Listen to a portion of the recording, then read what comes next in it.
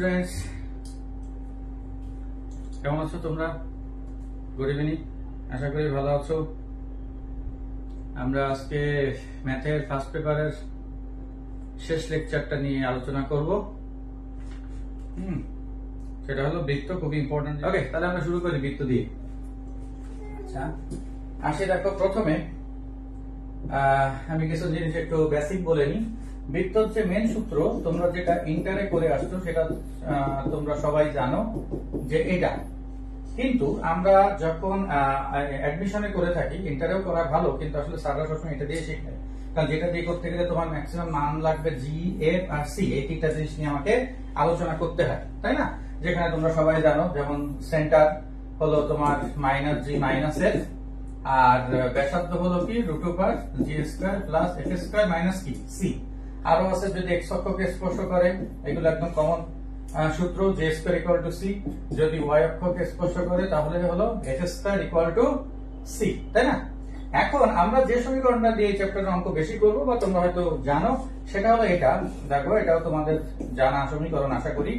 x minus H whole square plus Y minus K whole square is equal to H square অথবা K square. এটা কিন্তু অথবা যে কোনো একটা হবে। হ্যাঁ, দেখো, এই সমীকরণটা দিয়ে যে কোনো জিনিস সলভ করলে তোমার উপরের সমীকরণের থেকে অনেক কম লাইনে আমরা অঙ্কগুলো করতে পারি। তোমরা যারা উপরের সমীকরণ দিয়ে করছো দেখছো, মনে হয় ইন্টারের কথা কিছুটা মনে থাকে। এক একটা অঙ্ক কিন্তু 1-1.5 পৃষ্ঠা লেগে গেছে। হ্যাঁ, এইটা করলে কিন্তু শুধুমাত্র এই যে এইচ আর কে, এইটা হলেই হয়ে যাচ্ছে। এইখানে এই যে এই জিনিসটা একটু ব্যাখ্যা করে নিই, যারা জানো বা যারা জানো না, যে এক্স অক্ষকে যদি স্পর্শ করে তাহলে মনে হয় আমরা জানি কোটি হলো ব্যাসার্ধের সমান।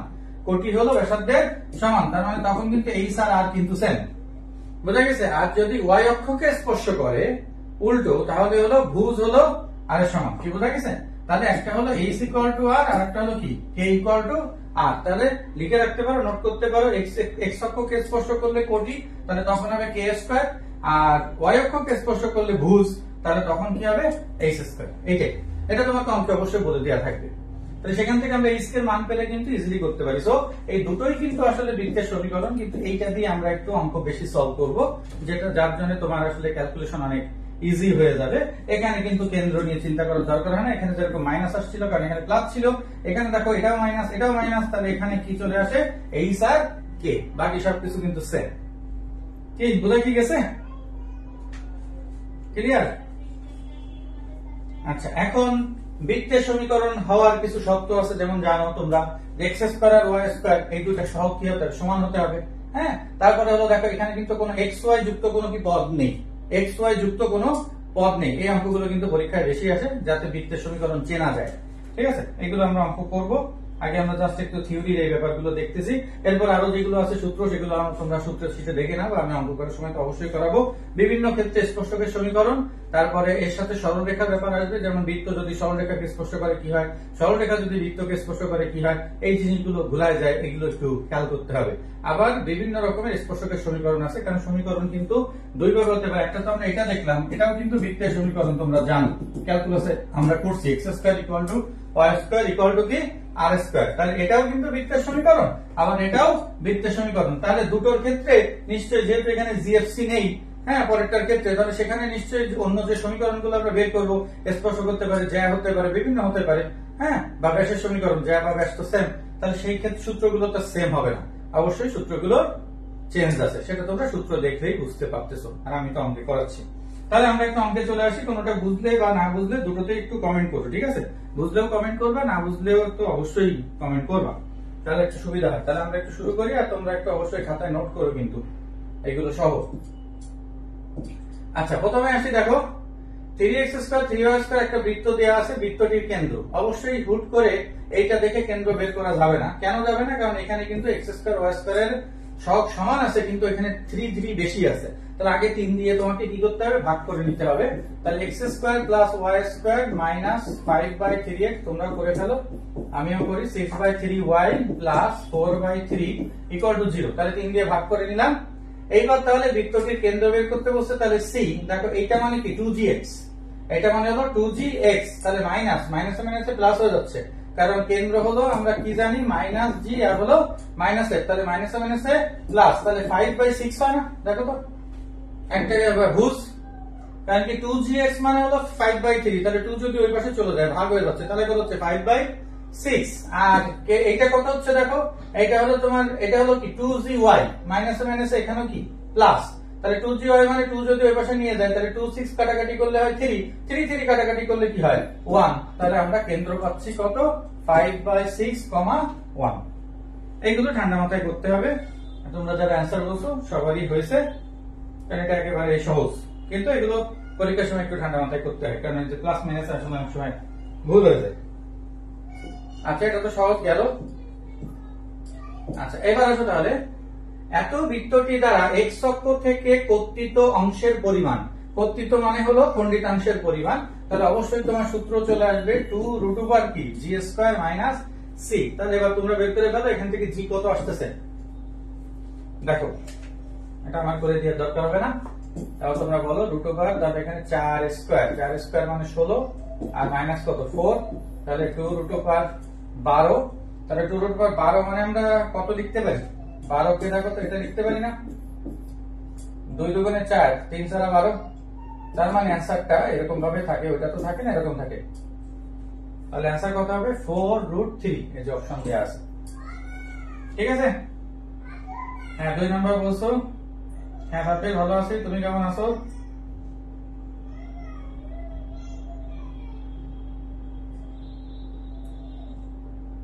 তোমার ভাইয়ের ছেলে ভালো আছে তো?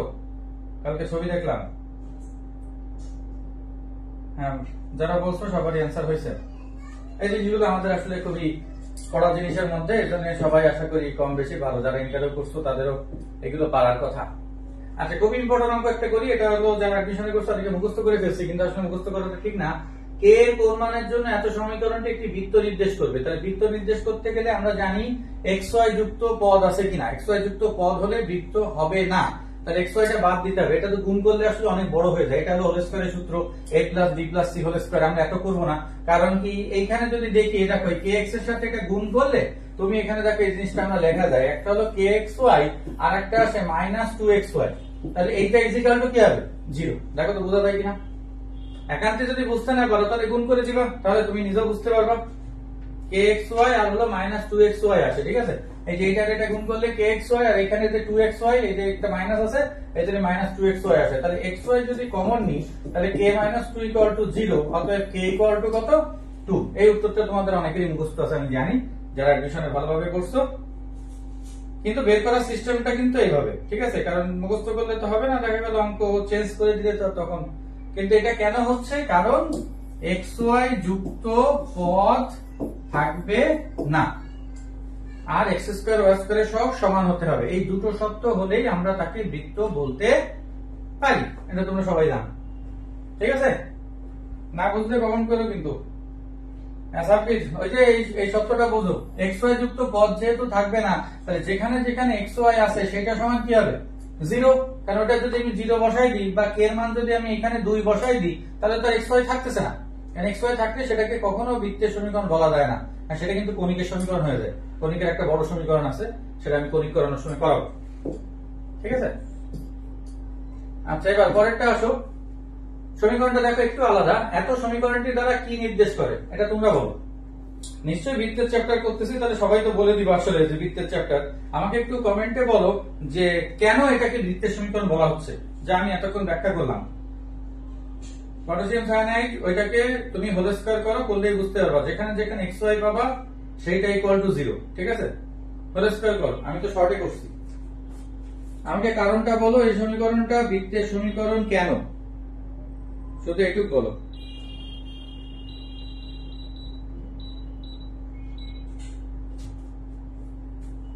কারণটা বলতে হবে,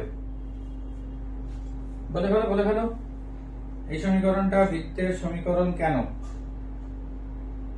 উচ্চ বিশ্বাস বলছে xy পদ নেই, তাতে আমি ফুল অ্যান্সার পাইনি। মাধুর্য বলছে x আর y এর সহগ সেম, ফুল উত্তর পাইনি। কেউ ফুল উত্তর দিতে পারোনি, এখানে দুটো জিনিসই দরকার। এই যে দুইজনের উত্তর যদি আমি একসাথে করি তাহলে সম্ভব। x² আর y² এর সহগ সেম, এই যে p², x² আর y² এর সহগ কি সমান, আবার এক্স ওয়াই যুক্ত পদ নেই। তাহলে এই দুটো কারণে এইটা হলো কিসের সমীকরণ? বৃত্তের সমীকরণ। কি বোঝা কি গেছে?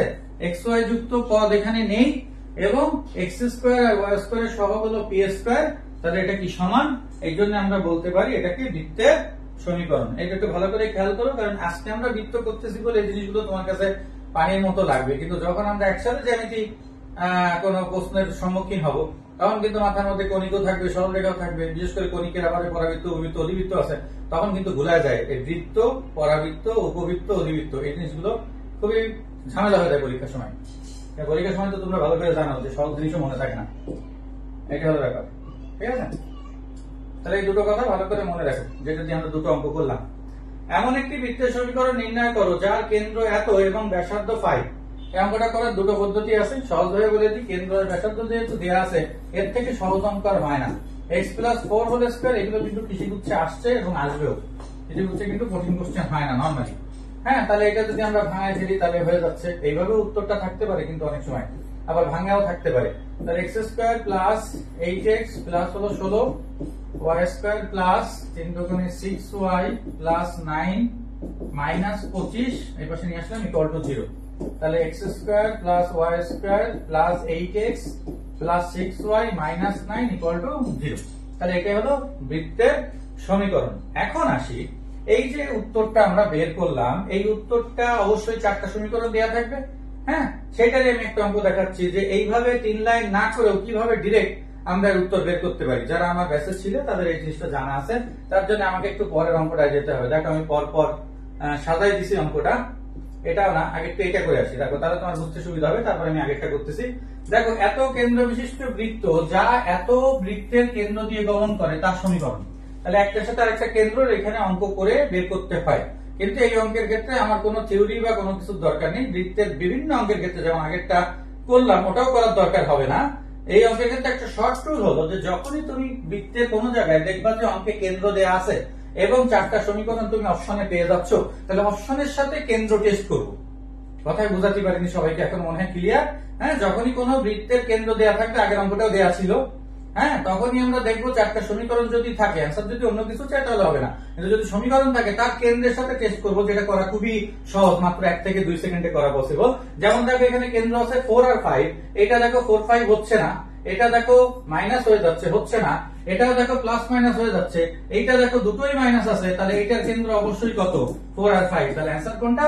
এইটা। আমার অঙ্ক পড়ারই দরকার নেই, করা তো দূরে থাক। দেখো কারা কারা এটা জানতা, কারা কারা জানতা না একটু কমেন্ট করতে পারো। যারা এসবিয়ান ছিল আগে তারা অবশ্যই জানতা, যারা এখন হয়তো তাদের মধ্যে কে জানো বা জানো না একটু কমেন্ট করলে ভালো হয়। ঠিক আছে,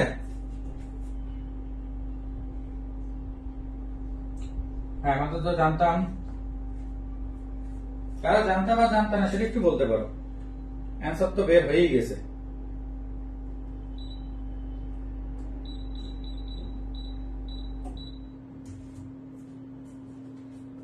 হ্যাঁ, এখন পর্যন্ত যারা বলছো সবাই জানতাম, কারণ যারা উত্তর দিছে সবাই এসবিয়ান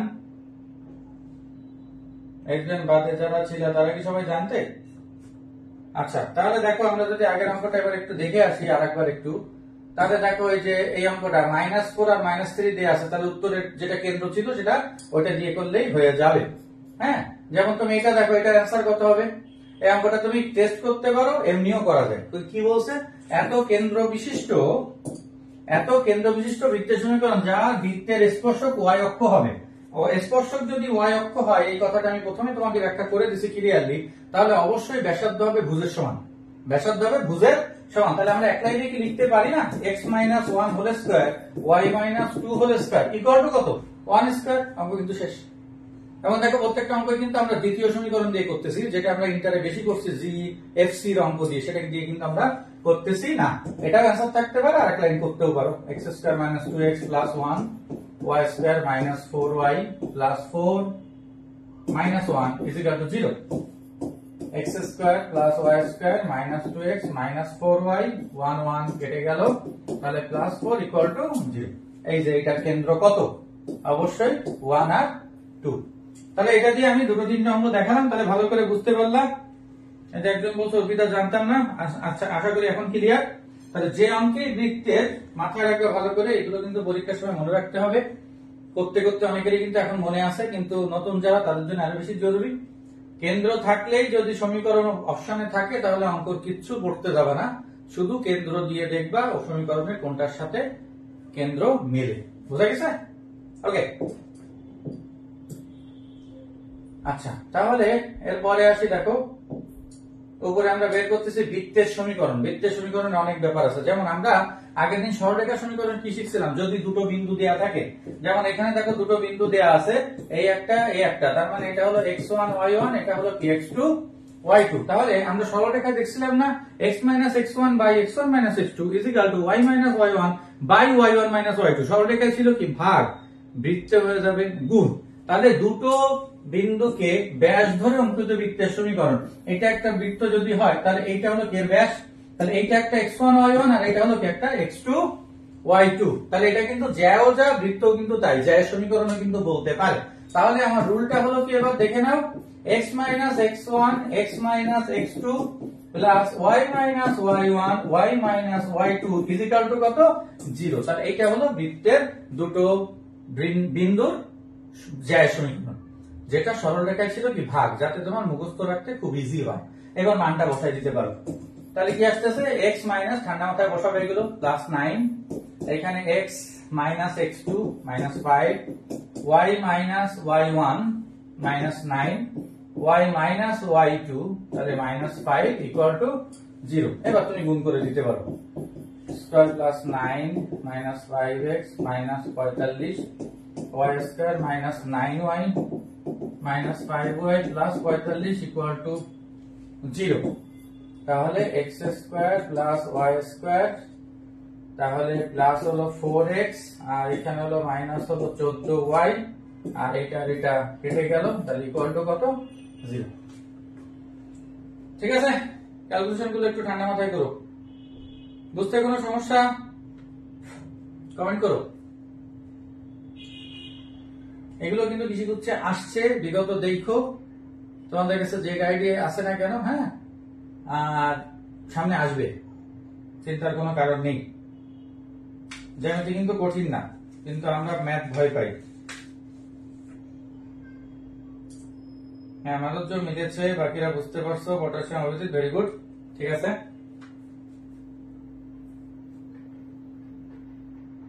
ওকে, পরেরটা আছে।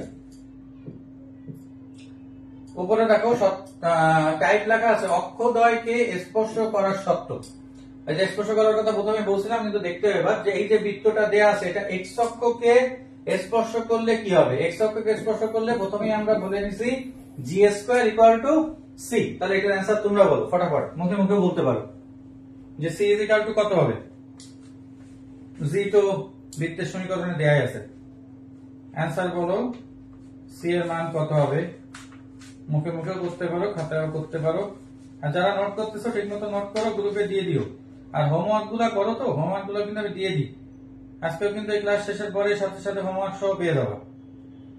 হ্যাঁ, পটাশিয়াম বলছো 25, প্রবেশ বলছো 25, অভিজিৎ 25, মাধুর্য আবার 25/4, তুমি ব্যতিক্রম হয়ে গেলে। ঐশিকা 25, উৎস 25, দীপা 25, অর্পিতা 25।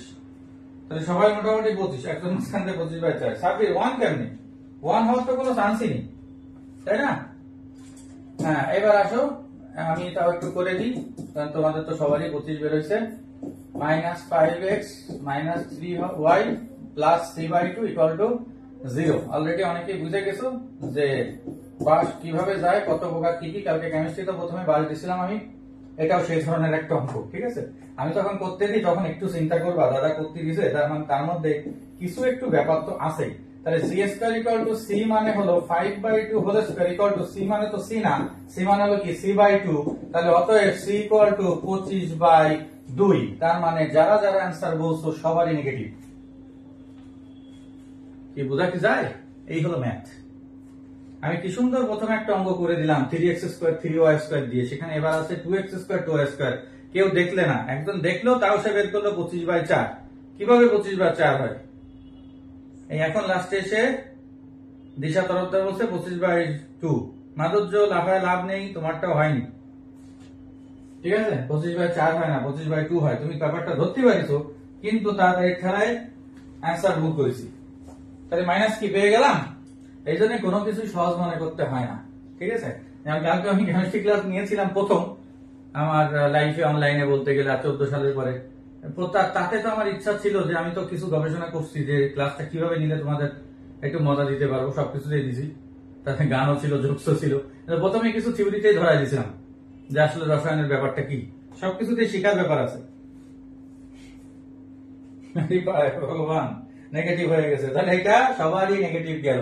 এই জিনিসগুলো এখনই দেখো কেবল করে, কেবল মনে থাকতেছে না। আমরা কিন্তু আসলে পড়াশোনা সহজ মনে করি, কোনো কিছু সহজ না, আবার পড়লে সবই সহজ। ঠিক আছে, আমরা অনেকে মনে করি বাসায় বসে তো কুপাই দেবো। এই সেকেন্ড টাইম অনেক স্টুডেন্ট মনে করতেছে ও পরে যায় শেষের দিকে ঘর বানি ফার্স্ট টাইমের সাথে, তারা যে কি ধরোটা খাবে। হ্যাঁ, গতবারে তো চান্স পেয়েছে বলে এবারও পেয়ে যাবো তা তো না, কিন্তু তোমাদের সাকসেসের কারণে স্টুডেন্ট অলরেডি অনেক আসতেছে এবং আশা করি অনেক আসবেও, সেকেন্ড টাইম হোক ফার্স্ট টাইম হোক। তোমার যদি আমার ক্লাস ভালো লাগে, তুমিও তো নিশ্চয়ই যার সাথে দেখা হবে, তোমার ফ্রেন্ড বা তোমার জুনিয়র, তাদেরকেও তো বলবা। আর না হলে তারা একটু বড় বড় জায়গায় বাস খেয়ে আসবে। হ্যাঁ, কিন্তু আমি তো জানি কোথায় ধরানো যায়। তাহলে দেখো এই অঙ্কগুলো কিন্তু এখন যদি মনে না থাকে তাহলে ওই সময় কিন্তু মনে থাকবে না। আর আমি কিন্তু পড়ানোর সময় তোমাকে সেই ঘাইটা দিচ্ছি। কেন ঘাইটা দিচ্ছি? যাতে তোমার এই অঙ্কটা পরীক্ষায় আসলে মনে পড়ে যে না দাদা এখানে ধরাই দিছিল, তার মানে এটা আর ভুল করা যাবে না। যত ভুল করার এখানে করে নাও, পরীক্ষা হলে যাতে ওই জিনিসটা মনে পড়ে। নাহলে আমি জিনিসটা যদি করে দিতাম তাহলে তুমি ঘাইটা বুঝতে পারতে না। কথা কি বুঝাতে পারছি নাকি বুঝিনি? ঠিক আছে, আমাদের যে এটাই দাদা ঝটকা, এই জন্য ইয়েস করলাম দাদা। ঝটকা দিয়ে দিচ্ছি, অনেকক্ষণ কয়েকটা সহজ অঙ্ক করতেছি তো সবাই ভাবতিস ফট করে একটাই ধরা খেয়ে গেছে। ঠিক আছে, এগুলো যাতে এরপরে ভুল না যায়, যেভাবে বলছে এরপরে ভুল যাওয়ার কথাও না। ঠিক আছে, আচ্ছা পরেরটা আসো। ওই যে স্পর্শ করার অঙ্ক, আমি তো টাইপ আকারে সুন্দর করে তোমাদের সাজাই দিই, ওটা তোমরা নোটেও হয়তো লিখে রাখো, বুঝতে সুবিধা হয়। দুইটা বৃত্ত দেয়া আছে, দেখো একটা হলো এক্স দিয়ে, একটা হলো ওয়াই দিয়ে। পরস্পরকে স্পর্শ করলে সি এর মান কত? পরস্পরকে স্পর্শ করার শর্ত হলো দুই রকম, তোমরা মনে হয় জানো যে দুইটা বৃত্ত যদি থাকে, দুইটা বৃত্ত পরস্পরকে অন্তস্থভাবে স্পর্শ করতে পারে, আর একটা হলো কি দুইটা বৃত্ত পরস্পরকে, এটা হলো বহিস্থভাবে স্পর্শ করা, আর এটা হলো কি অন্তস্থভাবে স্পর্শ করা। তাহলে এখানে আমরা দুটো জিনিস বের করতে পারি, একটা হলো দুইটার সেন্টার বের করতে পারি, কেন্দ্র, আবার দুইটার কি বের করতে পারি, রেডিয়াস, ব্যাসার্ধ বের করতে পারি। এবং যদি বহিঃস্পর্শ বলে তাহলে মানে তোমাদের সূত্র মনে আছে যে কেন্দ্রের দূরত্ব হলো ব্যাসার্ধ দ্বয়ের যোগফলের সমান, আর যদি অন্তঃস্পর্শ বলে তাহলে ব্যাসার্ধ দ্বয়ের বিয়োগফলের সমান। এইখানে খেয়াল করতে হবে, এই অঙ্কটা দিয়ে আমরা তিনটে অঙ্ক একসাথে করে ফেলতে পারি। এখানে কিন্তু অন্তঃস্পর্শ বা বহিঃস্পর্শ কিছুই বলেনি, শুধু বলছে কি স্পর্শ। তার মানে তুমি এখানে যে কোনোটা দিয়ে করতে পারো, কিন্তু কোনো অঙ্কে যদি অন্তস্থ বলে তাহলে মাইনাসের রুল, যদি বহিঃস্পর্শ বলে প্লাসের রুল। এখানে তাহলে যে কোনোটা করি। তাহলে আমরা ধরো এখানে ধরে নিলাম কিসের ক্ষেত্রে করতেছি, বহিঃস্পর্শের ক্ষেত্রে করতেছি। তাহলে রুলটা হলো C1 C2 is equal two R1 plus R2। তাহলে এবার ঠান্ডা মাথায় তোমরা একটু করে ফেলো।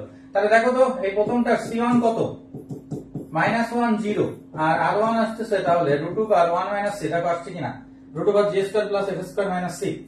এইখানে দেখো C2 কত, 0 - 1, এটা রেডিয়াসও তাহলে সেম আসবে, √1 কত, 1 - c। এবার বাকিটুকু তোমরা বের করো, আমি সেন্টারও বের করে দিছি, রেডিয়াসও বের করে দিছি।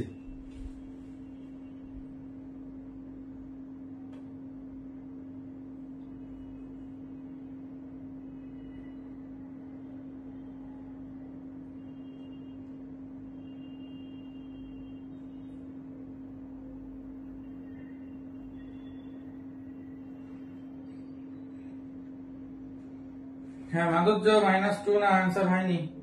এই ক্যালকুলেশন ভুল করো না বাবা, একটু আস্তে করো, একটু নিজেকে একটু স্লো চালাও। ম্যাথ করার সময় সবসময় আগে উত্তর বলার থেকে বেশি জরুরি হলো ওইটাকে স্লো করা, রাইট করাটা জরুরি। কারণ একটা ভুল মানে 1.25 চলে যায়, এক তো গেলই, আরো 0.25 চলে যায়। এই জিনিসটা মাথায় রাখতে হবে।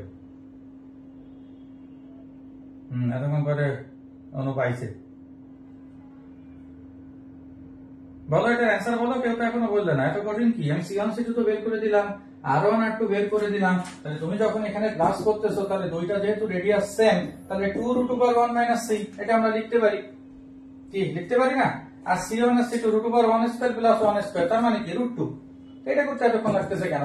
তাহলে √1 - c ইজ ইকুয়াল টু হলো √2/2। √2/2 মানে হলো 1/√2। তাহলে এবার বর্গ করে দিই, তাহলে 1 - c ইজ ইকুয়াল টু কত, হাফ। অতএব c is equal two 1 - half. তার মানে অ্যান্সার কত, হাফ।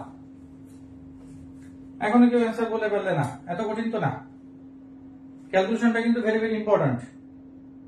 আর ম্যাক্সিমাম তো সূত্র জানো, কিন্তু অঙ্ক করি না আমরা অনেকে। সূত্র যদি না জানো লিখে রাখো, বই স্পর্শে হলো যোগফল আর অন্তঃস্পর্শে হলো বিয়োগফল। ঠিক আছে, বোঝা কি গেছে? কমেন্ট কি করতেছো না নাকি আমার কাছে আসতেছে না, কোনটা বুঝলাম না তো। স্কিপ কেন করবা? স্কিপ করার তো কোনো ব্যাপার নেই। বোঝা কি গেছে? একটু কমেন্ট প্লিজ। আর কারো অ্যান্সার কি হয়েছে? আমি যেটা বের করছি সেটা ক্যালকুলেশন করতে পারছো? না পারলেও দেখে দেখে তো করবা, করা তো লাগবে তাই না?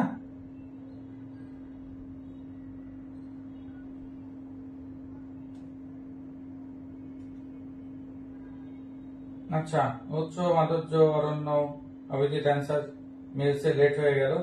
আচ্ছা লেট হোক সমস্যা নেই, পরশ্যাম দিশা সাবজেক্ট বুঝছি। ঠিক আছে, ক্যালকুলেশনটা ঠান্ডা মাথায় করো, এত সহজ কিন্তু না। ওই রেডিয়াস বের করা, সেন্টার বের করা, তার ক্যালকুলেশন করতে গেলে দুই এক জায়গায় প্লাস মাইনাস রুটে এগুলো কিন্তু একটু ছোটখাটো ভুল হয়ে যেতেই পারে। তো এটা দিয়ে কিন্তু আমাদের 3 রকমের অঙ্ক হয়ে গেল। পরীক্ষায় যে কোনোটা আসতেই পারে স্পর্শ। এখন স্পর্শ করা সত্ত্বেও উপরে চলমান কি বলছে এবার, ভেরি ভেরি ইম্পর্টেন্ট অঙ্ক, স্টার দিয়ে রাখতে পারো ভালো হবে। এত রেখাটি, এবার দেখো সরলরেখা চলে আসছে, এত বৃত্তকে স্পর্শ করবে কোন শর্তে? যখন একটা রেখা একটা বৃত্তকে স্পর্শ করে তখন একটা রুল মনে হয় তোমরা ইন্টারও শিখছো, অ্যাডমিশনে তো শিখছোই, যে এই রেখার মানে এই বৃত্তের কেন্দ্র হতে রেখার উপরে লম্ব দূরত্ব হবে ব্যাসার্ধের সমান। বৃত্তের কেন্দ্র হতে রেখার উপরে লম্ব দূরত্ব হবে ব্যাসার্ধের সমান। যারা জানো না নোট করতে পারো, যারা ম্যাথ আগে করো। ঠিক আছে, বৃত্তের কেন্দ্র হতে রেখার উপরে লম্ব দূরত্ব হবে ব্যাসার্ধের সমান। তাহলে দেখো এই যে সমীকরণটা আছে, এর কেন্দ্র হলো a,0 আর ব্যাসার্ধ অবশ্যই কি a, ব্যাসার্ধ অবশ্যই কি a। তাহলে আমরা যদি এই রেখা থেকে এর উপরে লম্ব দূরত্ব আঁকাই, লম্ব দূরত্ব সবসময় মডুলাস হয় তোমরা ভালো করে জানো, তাহলে a-1/√2 ইজিক্যাল টু কত a। দেখো বোঝা গেছে কিনা? বাংলাটা ভালো করে পাশে লিখে নিও, নাহলে কিন্তু বুঝবা না যারা আগে করনি। কেন্দ্র হতে রেখার উপরে লম্ব দূরত্ব হবে ব্যাসার্ধের সমান, তাহলে কেন্দ্র হতে a0 হতে এর উপরে, তাহলে a থাকতেছে y নাই, তাহলে x এর জায়গায় কত a, আর এই 1টা চলে আসলো কোথায় -1, আর নিচে √2 1² প্লাস 1² মানে কত √2 ইকুয়াল টু ব্যাসার্ধ। এবার ক্যালকুলেশন করে ফেলি, তাহলে বর্গ করে ফেলি, তাহলে a-1 এর কি হোল স্কয়ার ইকুয়াল টু হলো 2a স্কয়ার। এই যে √2a গুণ করলে কি হয়, বর্গ করলে কি হয় 2a স্কয়ার। তাহলে এখানে কি আসে a square - 2a plus 1 -2a square equal to কত 0। তাহলে আসে হলো -a স্কয়ার -2a প্লাস কত 1। এটাকে যদি আমি মাইনাস কমন নিই তাহলে আসে a স্কয়ার প্লাস 2a আর হলো -1, তার মানে পাশে কত 1। তাহলে সত্যটা হলো এইটাই সেই সত্য যে সত্যে একটা রেখা একটা বৃত্তকে স্পর্শ করবে। দেখো বোঝা গেছে কিনা? ইম্পর্টেন্ট অঙ্ক কিন্তু একটু আগে থেকে শুরু হয়ে গেছে, আগের গুলো প্রথমগুলো কিন্তু অনেক স্লো ছিল, মানে ইজি ছিল। এবার কমেন্ট ডিলিট করার দরকার কি?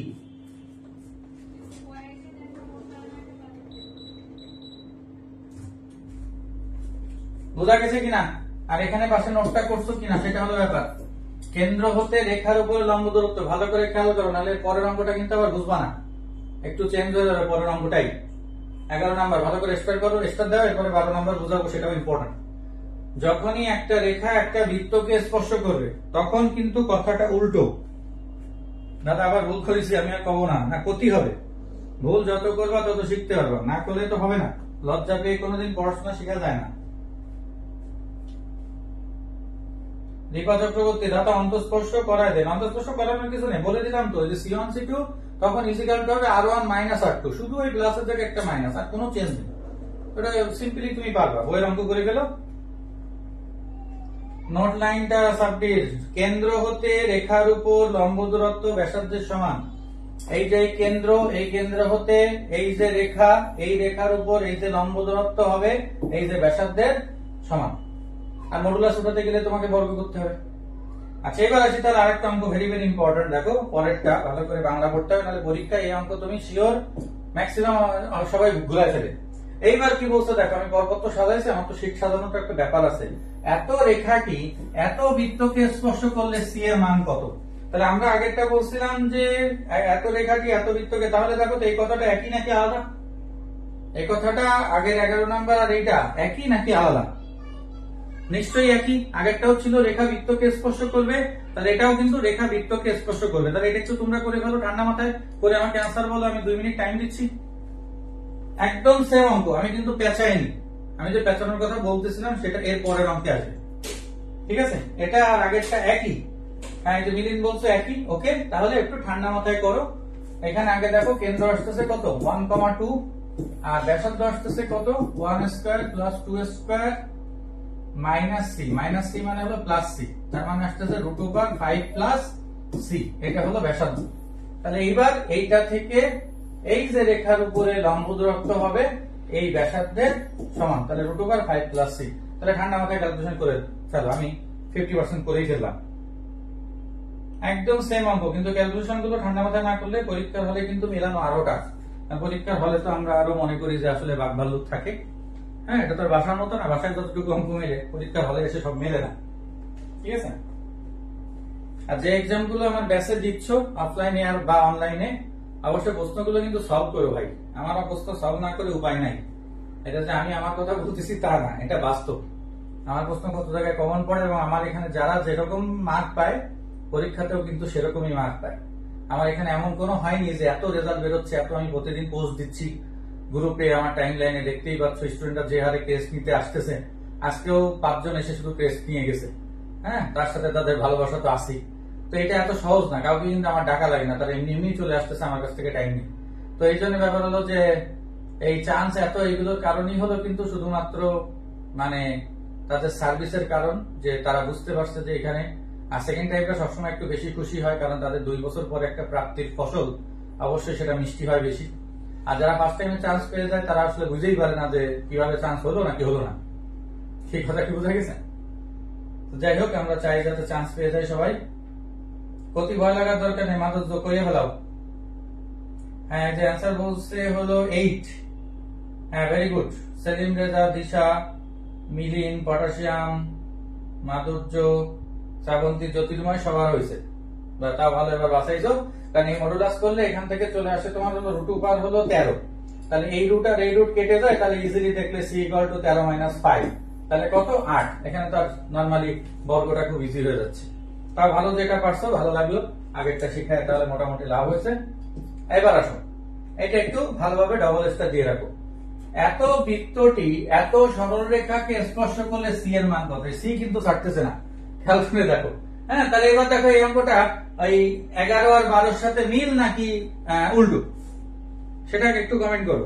এইগুলা কিন্তু পরীক্ষার হলে মনে থাকবে না ভাই, আমি বারবার বলতেছি। এটা কিন্তু তোমাদের কাউকে আমি আন্ডারস্টিমেট করতেছি না, এটা আমি বলতেছি, এগুলো কিন্তু ভুল হবে। আগের 2টা অঙ্কে ছিল সরল রেখা বৃত্তকে স্পর্শ করে, তাই বলে বৃত্ত সরল রেখাকে স্পর্শ করলে একই রুল হবে এরকম চিন্তা করার কিছু নেই। আগেরটা কিন্তু ম্যাক্সিমাম অঙ্ক স্টুডেন্ট পারে, কারণ ওটা কিন্তু ইন্টারেও করে আসছো তোমরা কম বেশি। ঠিক আছে, কিন্তু এইটা কিন্তু একই অঙ্ক না, এটা হলো উল্টো। হ্যাঁ, ধ্রুব অ্যান্সার হয়েছে, কিন্তু একটু ছোট ভুল আছে। একটা বৃত্ত যখন রেখাকে স্পর্শ করবে ভালো করে নোট করো, তখন c √, হলো সূত্র হলো ±a√1 + m²। এটা হলো যখন একটা বৃত্ত রেখাকে স্পর্শ করবে, এই দুটো লাইন ভালো করে লিখে রাখবা। যখন রেখা বৃত্তকে স্পর্শ করছে তখন কেন্দ্র হতে লম্ব দূরত্ব ব্যাসার্ধের সমান, আমি বারবার কিন্তু এটার উপরে ব্যাসার্ধ দিচ্ছি। আর যখন বৃত্ত রেখাকে স্পর্শ করতেছে তখন এটা সূত্র। তাহলে এবার করে গেল = ± a মানে কত? এটা কি y = mx + c, তাহলে m এর মান কত? 3। হ্যাঁ, তার মানে √5 হলো 1 + 3 আর এখানে a কত? এটা কি a² না? x² + y² = a², তার মানে a কত এখানে? √10। তাহলে প্লাস মাইনাস √10, এটা হলো √10, তার মানে প্লাস মাইনাস কত? 10। ধ্রুব ওই যে একটা প্লাস মাইনাস হবে, ঠিক আছে? এমনি তোর অ্যান্সার হইছে। তাহলে দেখো এটা কিন্তু আরো সহজ, কারণ আগেরটাই তো অনেক কিছু বের করতে হয়েছিল, কিন্তু এটাই কিন্তু আর কিছুই লাগতেছে না, শুধু এক লাইন। কিন্তু আমি আবারও বলতেছি, খেয়াল দেখো, সরলরেখা বৃত্তকে টাচ করতেছে নাকি বৃত্ত সরলরেখাকে টাচ করতেছে। মনে রাখবা, বৃত্ত সরলরেখাকে টাচ করলে সহজ রুলটা, আর সরলরেখাকে বৃত্তকে টাচ করলে একটু বড় রুলটা। বুঝতে পারছি নাকি পারিনি? একটু কমেন্ট করতে হবে, আমি কিন্তু ভালোভাবে বোঝানোর চেষ্টা করতেছি। বিশেষ করে যারা নতুন তাদের আরো বুঝতে হবে, কারণ যারা পারি তারা তো পারি।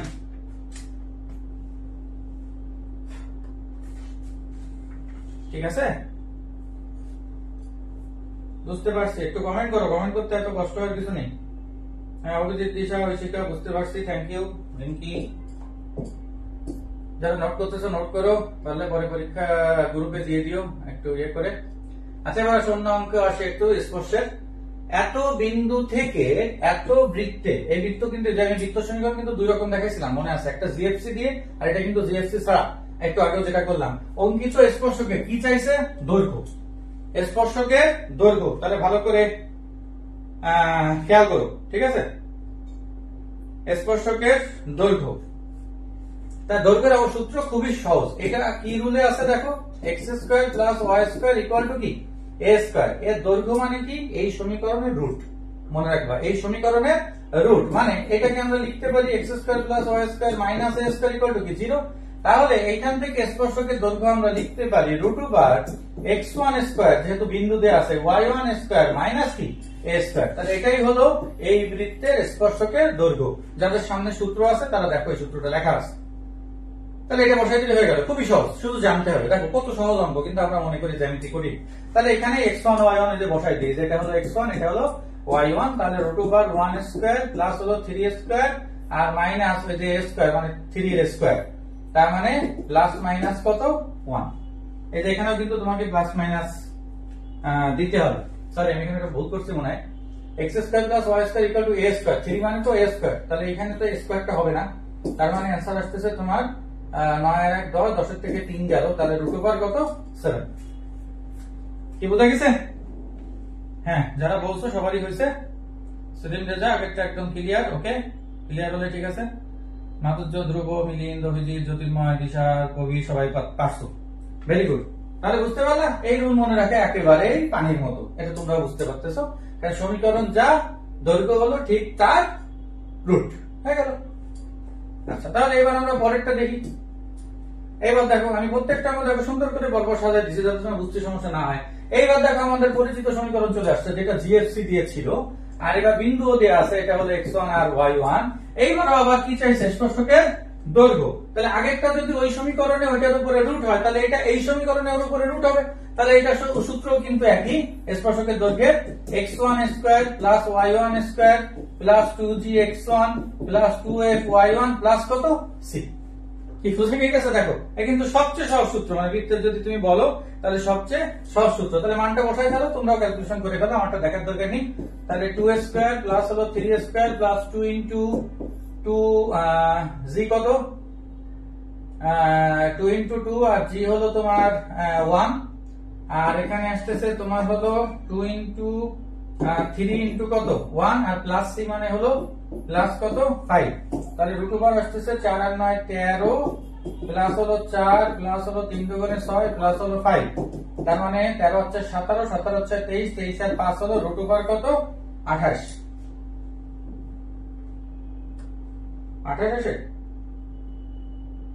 না, না 28 আসে না, 2gx g কত 1, f f এখানে কত মাইনাস আছে, এখানে একটা প্লাস, তাহলে এখানে কত মাইনাস, এখানে একটা মাইনাস আছে দেখো,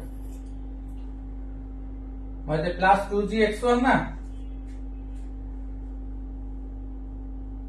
হ্যাঁ মাইনাস 2, তাহলে आंसर কত হয়? না রুট ওভার 28 আসে না, এটা আমি যে এখানে লিখতে ভুল করছিলাম তোমরা সেই ভুলটা করে ফেলছো। 2gx1, x1 হলো 2, g হলো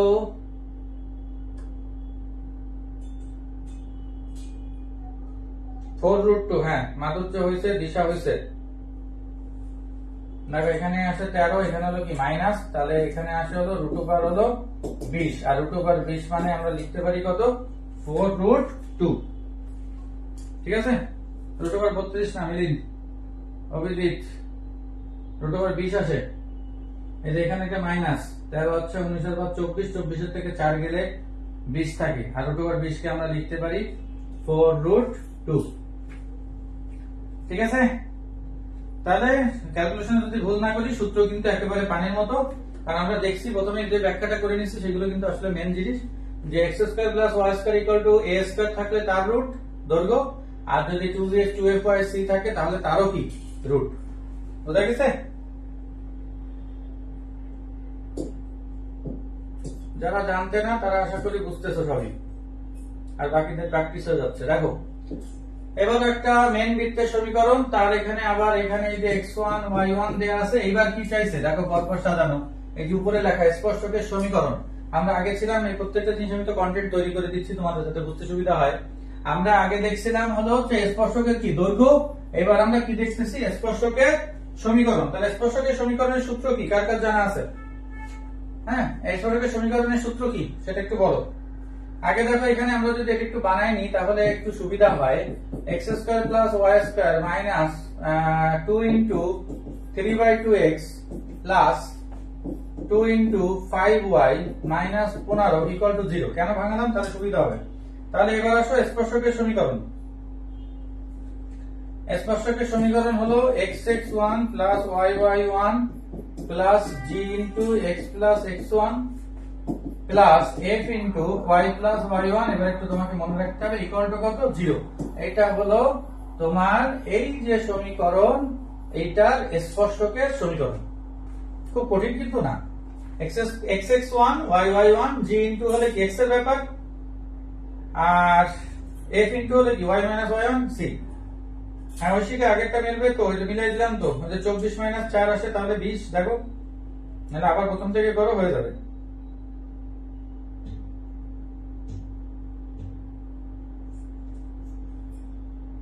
নামজিবা y1 এর ভ্যালু 3, আমি 1 দিয়ে করছি তাই। আচ্ছা তাহলে ঠিক করে নাও, আমি আমার মতো করেছি, তুমি তোমার মতো ঠিক করে নাও, সমস্যা নেই, যেটা অ্যান্সার আছে প্রবলেম নেই। আচ্ছা তাহলে এটা করো, দেখো এটা মান বসায় দাও। যে x1 y1 তো দেয়া আছে, তাহলে x * কত 4 প্লাস y * কত -11 প্লাস g * কত, এই যে g দেখো 3/2 না, এই যে g আর এটা কি f আমরা বের করে নিছি না। তাহলে এখানে আসতেছে মাইনাস তোমার 3/2 x + 4 + 5 তোমার আসতেছে y - 11 - 15 = 0। দেখো ঠিক আছে কিনা? এটা কিন্তু মাইনাস, এগুলো কিন্তু প্রচুর ঠান্ডা মাথায় করতে হয়, নাহলে কিন্তু ভুল যাওয়ার চান্স অনেক বেশি। ঠিক আছে, দেখো এটা সূত্র থেকে আমরা শুধু x1 আর y1 এর মানটা বসালাম। এবার ক্যালকুলেশন করে ফেলতে হবে। ক্যালকুলেশন করে ফেলো, আমি উত্তরটা বলে দিচ্ছি। 5x - 12y - 152 = 0। অ্যান্সার হলো এটা। তাহলে স্পর্শকের সমীকরণ বুঝতে পারলা, সূত্রটা খালি মনে রাখতে হবে। এটা হলো মেন সমীকরণের স্পর্শকের সমীকরণ। তাহলে আবার কিন্তু সাথে সাথে বুঝতেই পারতেছো আরেকটা যে বৃত্তের ছোট সমীকরণ আছে সেটারও তাহলে স্পর্শকের সমীকরণ আসতে পারে। কি বোঝা গেছে? রুলটা কি বোঝা গেছে? এই জন্য এই লাইনটা কিন্তু ভাঙায় নিলে তোমার অঙ্কটা অনেক সুবিধা হবে, নাহলে এখানে যে জি এফ এর মান এগুলো বসাতে গেলে তো একটু কঠিন হয়ে যায়। আর আগেরটা যদি উত্তর ভুল থাকে ওটা ঠিক করে নিও, নোট করতেছো দাঁড়া।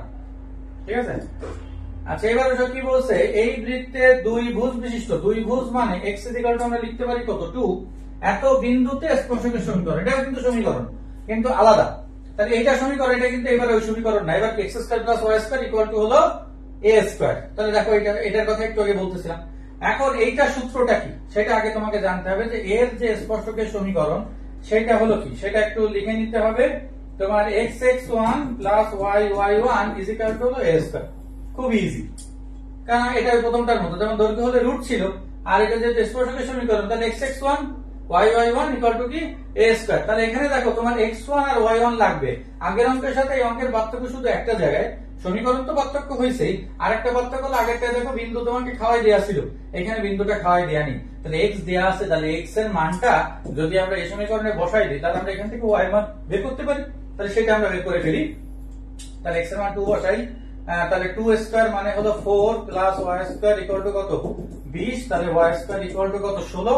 অবশ্যই এখানে y দিতে হবে +-4, আর তার মানে এখানে তোমার স্পর্শকের সমীকরণ আসবে দুইটা। তুমি যদি এখানে প্লাস মাইনাসটা না দাও তাহলে কিন্তু তোমার অ্যান্সার আসবে একটা, কিন্তু এখানে অ্যান্সার কয়টা? দুইটা। কারণ তোমার বিন্দুটা তাহলে দাঁড়াচ্ছে, যেহেতু x হলো 2, তাহলে একটা দাঁড়াচ্ছে 2,4 আর একটা দাঁড়াচ্ছে 2,-4। তাহলে এই মানটা এবার এই সমীকরণে বসাই দিলেই হয়ে যাচ্ছে। তাহলে তোমার একটা অ্যান্সার আসতেছে, দেখো x + 2y = হলো 10, আর একটা আসতেছে x - obviously 2y = 20। তাহলে এই দুটোই হলো তোমার সেই বিশেষ সমীকরণ, কাঙ্ক্ষিত স্পর্শকের সমীকরণ। দেখো বোঝা গেছে কিনা? হ্যাঁ, এটা যদি ঠিক করে নিও, √32 যদি হয় এটা ঠিক করে নিও। ঠিক আছে, √32 আমি যে 3 জায়গায় মনে হয় 1 লিখে ফেলছিলাম, ওই যে নানজিবা বললো।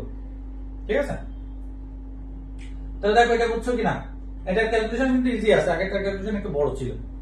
ঠিক আছে, তাহলে আমরা এই যে পরপর 4টা অঙ্ক দেখলাম, এই 4টা অঙ্ক কিন্তু ভেরি ভেরি ইম্পর্টেন্ট, পরীক্ষায় বিভিন্ন জায়গায় আসে, এতে শুধু কৃষিগুচ্ছ আসতে হয় এরকম না। তাহলে দেখলাম যে আমরা ঘুরে ফিরে এটুকু তো বুঝছি, মেন বেসিক টুকটা যেটা আমি প্রথমে বলে নিছিলাম ওই যে খালি পেজে, যে বৃত্তের সমীকরণ 2 রকম, কিন্তু বৃত্তের সমীকরণের মধ্যে আমরা আবার x - x হোল স্কয়ার দিয়ে আরেকটা সমীকরণ লিখে নিছি, কিন্তু তার মধ্যে এই লাস্টের যে 4টা অঙ্ক করলাম, দুটো করলাম হলো ওই দুটো সমীকরণের স্পর্শকের দৈর্ঘ্য, আর এই দুটো করলাম হলো এই দুটো কি স্পর্শকের সমীকরণ। কথা কি ক্লিয়ার? দেখো বোঝা গেছে কিনা? রিপা সাপির আবার বুঝাই দেন, কোথায় বুঝনি সেটা তো বলো। এটা তো বললাম এটা হলো স্পর্শকের সমীকরণ, এখানে স্পর্শকের সমীকরণের এই যে x1 আর y1 এইটা মানে তো দুইটা বিন্দু। আগের অঙ্কে তো তোমার ওই যে 4 আর -11 বিন্দু দেয়া ছিল, এখানে বিন্দু না দিয়ে কি দিয়ে দিছে? ভুজ দিয়ে দিছে। তাহলে x = 2 আগে আমরা এই সমীকরণে বসায় এই যে y এর মান পেয়ে গেলাম কয়টা? তাহলে এইটা হলো তোমার x1 y1, আবার এটাও হলো x1 y1। তাহলে এই দুটো যদি আমরা এবার এই সমীকরণে বসাই দিই, তাহলে আমরা একটা পাবো এইটা আর একটা পাবো এইটা। যদি এখানে +-4 না আসতো তাহলে তো একটাই সমীকরণ হতো।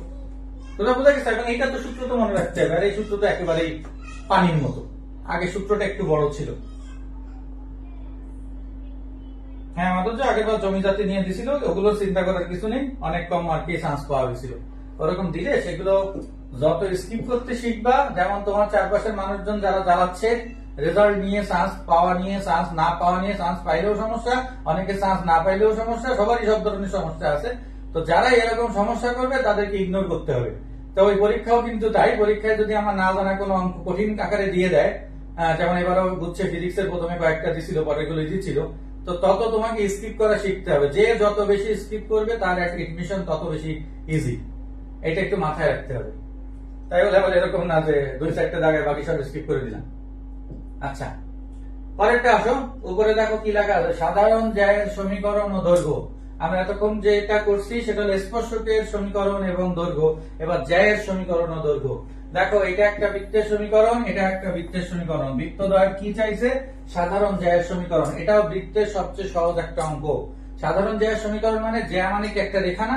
আমরা একটু আগে বৃত্ত আগে দেখালাম যে এটা হলো তোমার জ্যা, জ্যা মানে কি একটা রেখা, আর রেখায় নিশ্চয়ই x² y² থাকে না, সেখানে কি থাকে? x আর y থাকে। কি থাকে? x আর y। তাহলে এই দুটো সমীকরণ থেকে x² y² বাদ দিয়ে দিতে হবে। এই জন্য সূত্রটা আসে হলো s1 = s2, মানে প্রথমটা হলো s1, পরেরটা হলো কি s2। এই দুটো যদি বিয়োগ করে দিই তাহলে আমরা কি পেয়ে যাবো?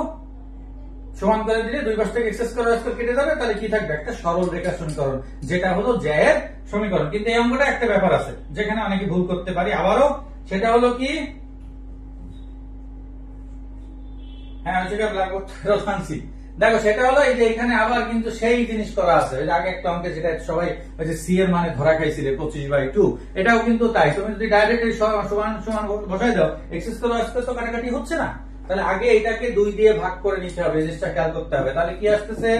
x² + y² + 5/2y + 3, আর এই পাশেরটা তো আর ভাগ করা লাগতেছে না, x² + y² + 6x + 7y,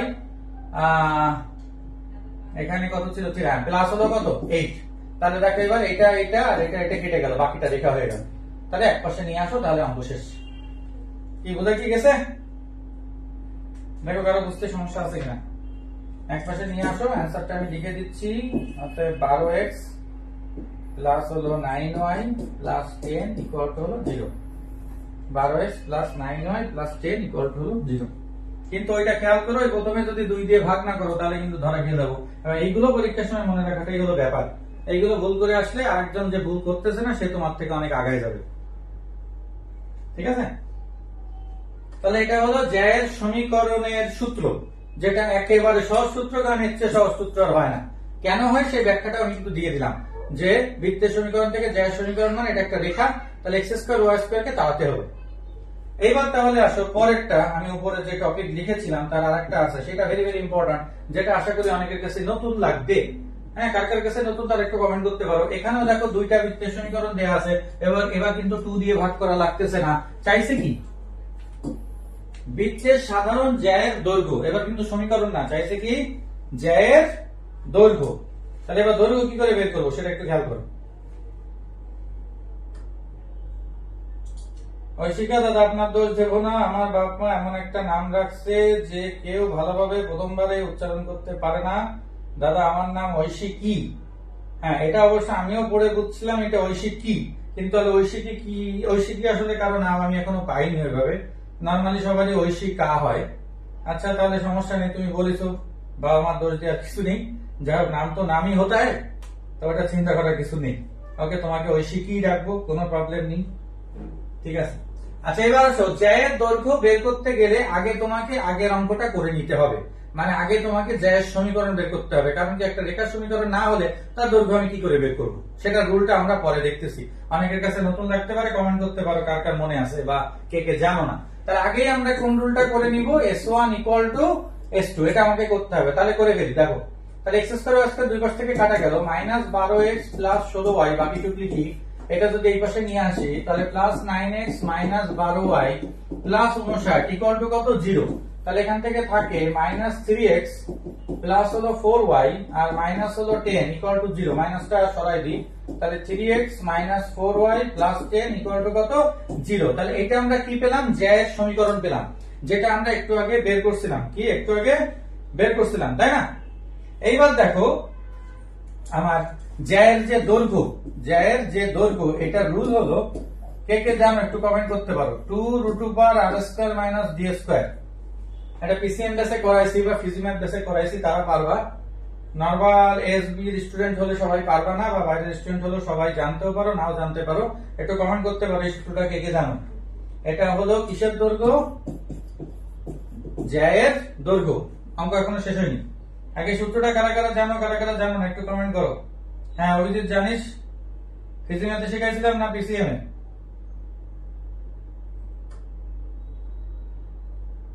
potassium জানি না দাদা, ওই যে আমি বলছিলাম। দেখো মাধব যত জানি, উৎস জানতাম না দাদা। প্রবীর জানি, ভেরি গুড। ধ্রুব জানি, অর্পিতা জানি, মেরিন ভুলে গেছি। ধ্রুব পিসিএম এ জানাইছিলাম। হ্যাঁ পিসিএম আর ফিজিম্যাথে আমি করাইছি অঙ্ক। হ্যাঁ মাধব যত জানোই তো, আমিও জানি। অভিজিৎ ফিজিম্যাথ পিসিএম দুই জায়গায় জানি। আচ্ছা এক্সাম হলে ভুলে যাই, নাম জিবা জানতাম না। আচ্ছা ওই আমি যেটা বলেছিলাম দেখো তার সাথে মিলে যায়। আমি তো বুঝি কোন অঙ্কটা তুমি জানবা বা কোনটা জানবা না, বা বড় বড় কোচিং অঙ্ক কোনগুলো বাদ দিয়ে দেয়। তাহলে এইবার আসো, অঙ্কটা করতে গেলে দেখো আর মানে রেডিয়াস, ব্যাসার্ধ আমরা জানি, আর ডি মানে কি, লম্ব দূরত্ব।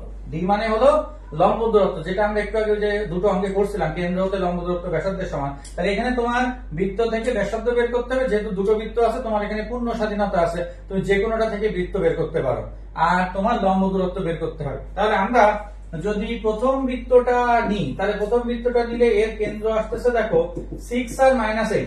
কত আসতেছে, 6 আর -8। আর ব্যাসার্ধ কত আসতেছে দেখো তো, √6² + 8² - c। তার মানে হলো প্লাস হলো কত, 69। তাহলে তোমার আসতেছে 36 + 8 = 64 প্লাস হলো 69। তার মানে 36 আর 64 হলো 100, 169। 169 মানে সুন্দর মান। তাহলে কত চলে আসতেছে, 13। তাহলে আমরা এখানে কিন্তু একটা মান পেয়ে গেছি, 2√, তাহলে কত স্কয়ার, 13²। তাহলে এইবার আমরা যে লম্ব দূরত্ব বের করব, লম্ব দূরত্ব কত থেকে বের করব, দেখো এখান থেকে আমরা সেন্টারটা কেন বের করলাম, এটা কিন্তু তোমরা আমাকে কোশ্চেন করতে পারতা যে ব্যাসার্ধ বের করবো, সেন্টার তো দরকার হয় না। সেন্টারটা মানে কি, ওটা কি, সেই কেন্দ্র। তাহলে কেন্দ্র হতে লম্ব দূরত্ব হয় না সবসময়, যে জিনিসটা আমরা আগে দুটো অঙ্কে করে এসেছি। তাহলে এই রেখা থেকে লম্ব দূরত্ব বের করতে হবে। কোনটার উপরে লম্ব দূরত্ব বের করব, কোনটার উপরে বের করব, দেখো তো হিসাব করে কোনটার উপরে বের করব। এই যে রেখাটা, এই জ্যায়ের সমীকরণটা কেন বের করছিলাম, যে এইবার তুমি মনে রাখবা জ্যায়ের দৈর্ঘ্য বের করতে গেলে এই যে ডিটা, এটা একটু পাশে নোট করে রাখো। বৃত্তের কেন্দ্র হতে রেখার উপরে লম্ব দূরত্ব হলো ডি।